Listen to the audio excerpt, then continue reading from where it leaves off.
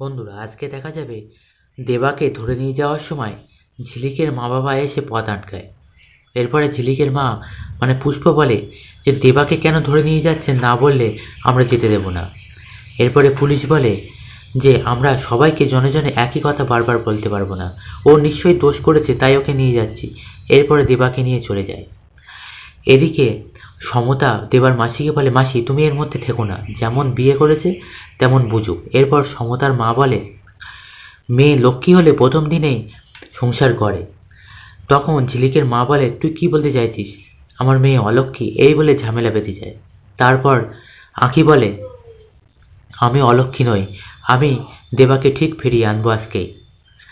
এরপরে আঁকি বলে, আমি আজ রাত্রেই দেবাকে ফিরিয়ে আনবো। তখন ঝিলিকের বাবা বলে, কালকে গেলেই হতো।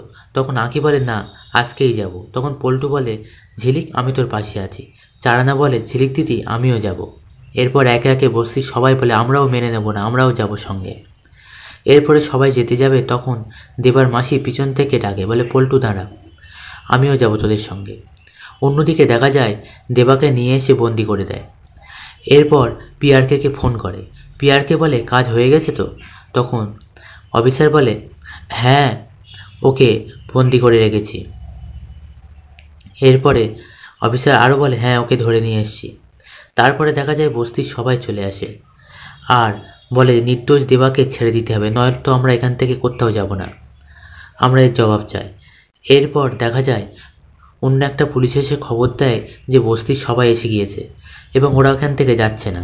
তারপর অফিসার গিয়ে দেখা করে আর বলে, ওকে তো জিজ্ঞাসাবাদের জন্য নিয়ে আসা হয়েছে, অভিযোগের ভিত্তিতে জিজ্ঞাসাবাদ হয়ে গেলে ওকে ঠিক ছেড়ে দেবো, তবে আজ রাতে ছাড়া যাবে না। তখন ঝিলিক বলে, আঁকি বলে যে তোমরা সবাই চলে যাও, আমি এখানে আজ রাত্রে এখানেই থাকবো। তবে আঁকির সাথে পল্টু, চারানা ওরাও থাকে। আগামী পর্বে দেখা যাবে গৌরব আসে এবং গৌরব বলে, আমি দেবার সাথে দেখা করতে চাই।